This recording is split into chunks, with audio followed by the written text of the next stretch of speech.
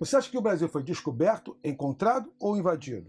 Você sabia que a palavra carioca tem uma origem indígena, embora se discuta exatamente como foi a sua formação? Quando você pensa nos seus costumes e hábitos, você se identifica com o europeu, com o norte-americano ou com os povos originários? Afinal, você é capaz de reconhecer nos seus sentimentos de identidade traços da cultura dos povos originários? Oi, gente, aqui é o professor Sena e hoje nós vamos começar a falar da literatura quentista, que é a literatura feita no Brasil desde a chegada dos portugueses, que marca a nossa colonização. Mas antes, pergunto a todos, senhores, como vamos? Espero que bem, com a graça de Deus. Seguindo a proposta do professor Alfredo Bossi, eu quero começar os nossos estudos sobre o quentismo discutindo um pouco o conceito de colonização. A própria origem da palavra já nos provoca uma grande reflexão a respeito do processo de colonização, que viria do latim colo, que é um verbo, ocupar, cultivar, explorar, dominar a terra e seu potencial de trabalho. Da palavra colo em latim também sai a palavra cultus, que basicamente significa cultivar, cultivar a terra, mas também cultivar valores. Dentro dessa ideia de cultivar, nós encontramos tanto manter técnicas e modos de atuar diretamente com as coisas materiais, como também manter a memória dos nossos antepassados. E por fim, o supino, a substantivação do verbo cultus, que daria culturas, que é exatamente quando nós entendemos a cultura como um conjunto de valores e práticas que nós chegamos a transmitir de geração em geração. Pensando nessas três dimensões de ocupação e exploração, de cultuar as memórias e de conjunto de valores, nós entendemos que a cultura estabelecida pela colonização deve, sem dúvida nenhuma, fazer um diálogo, estabelecer uma dialética do colonizador com o colonizado.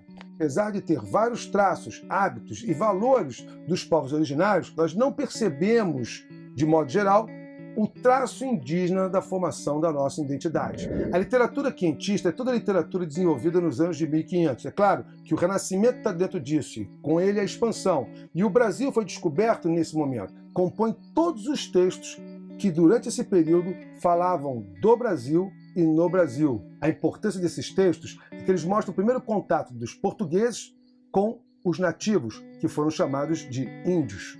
Como nós sabemos que a nossa história é escrita pelo português e não pelo índio, é claro que a visão que o português tem do índio predomina. Enquanto nós não reconhecermos os traços identitários indígenas da nossa cultura, nós nunca vamos conseguir ter um pleno domínio da nossa identidade.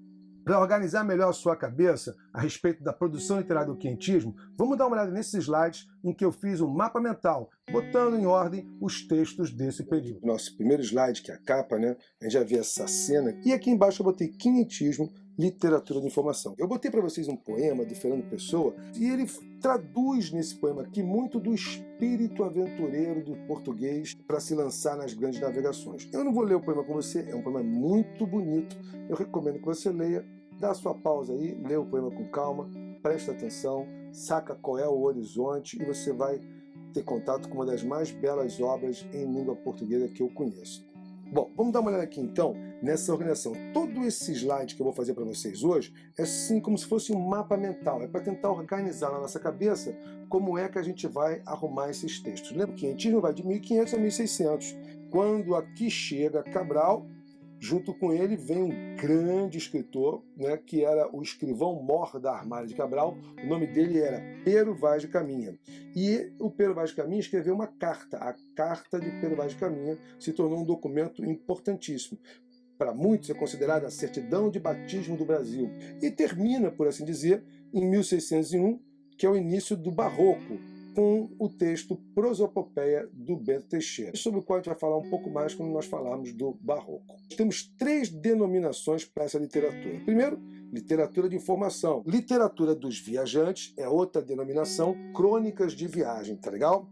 E uma literatura sobre o Brasil. Não havia ainda um Brasil para que se pudesse literariamente refletir a identidade do povo brasileiro. Se é que a gente pode já refletir essa identidade maduramente, né? Isso é uma discussão que a gente vai ter mais para frente, tá legal? Importante marcar que os autores não eram exatamente autores literários. Eles tinham uma proposta utilitária. Então quem eram esses caras? Eram viajantes, cronistas de ofício, como eu falei, que integravam as expedições, e missionários, que vêm aqui promover, praticar a catequese dos índios. Aqui são os principais autores, o Pero Vaz de Caminha, com a carta Dom Manuel I, que ele conta do achamento, que é assim que ele fala, do Brasil, né?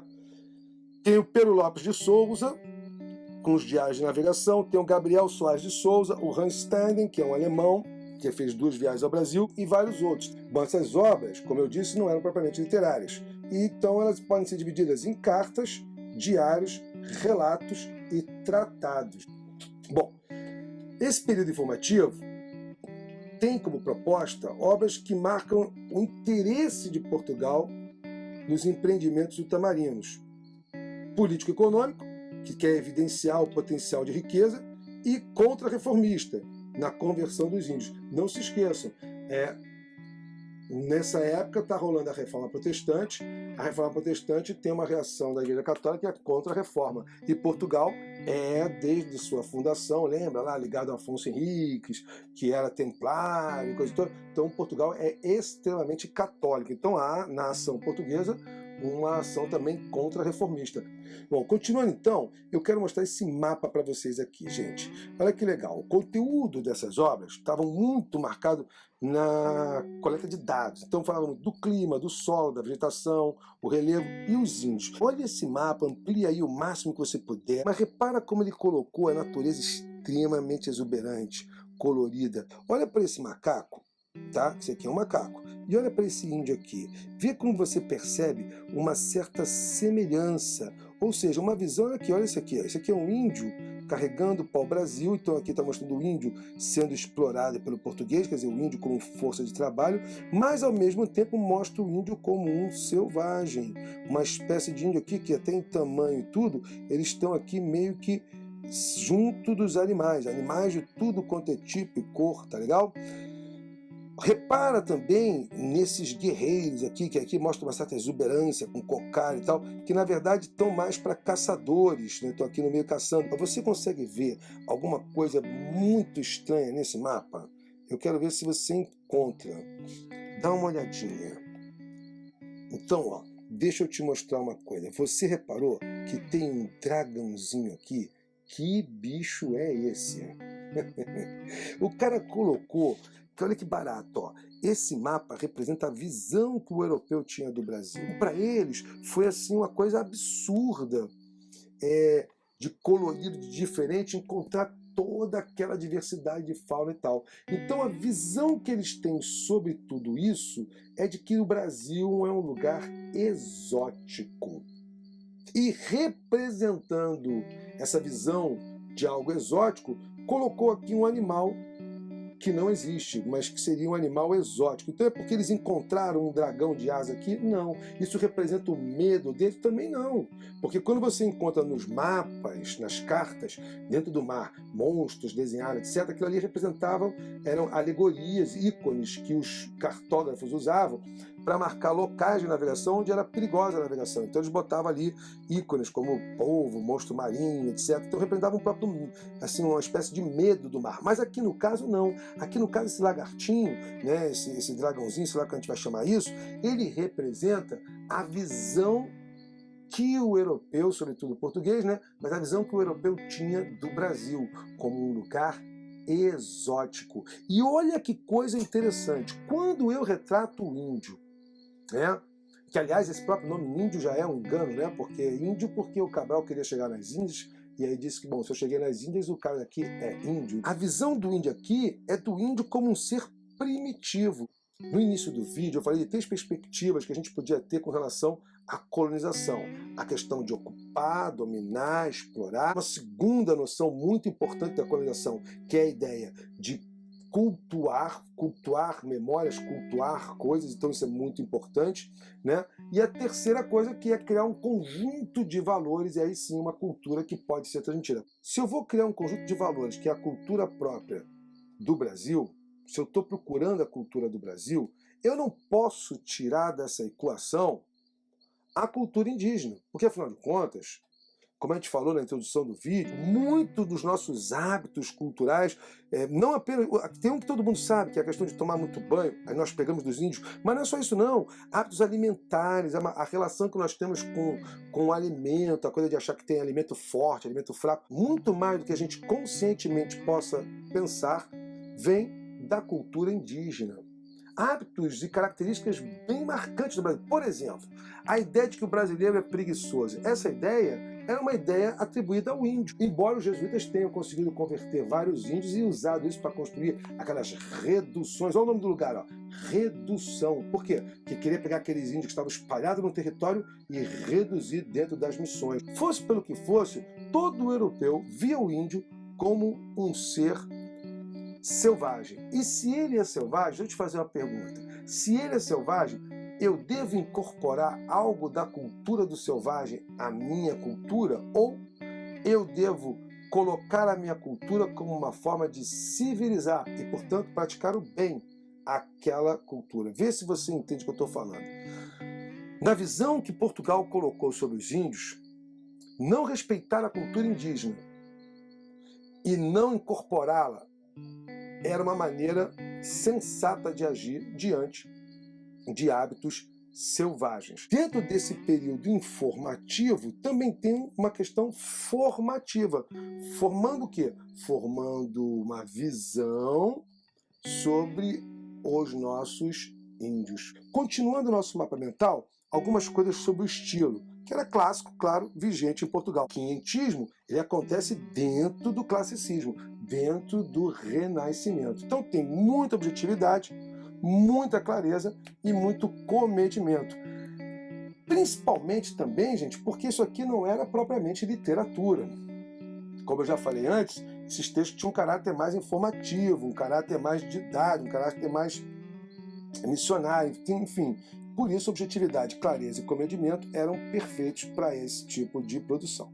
Por que é importante estudarmos esse período? Porque ele teve reflexos em períodos posteriores. Então, se nós pegarmos a periodização, a gente vai ver o seguinte, ó, que no romantismo, eles querem revisitar um Brasil primordial. Então, o índio foi eleito o herói da literatura romântica. Porém, tentando saber como era esse índio, o romantismo volta nos textos do quinhentismo, estes que agora estamos vendo.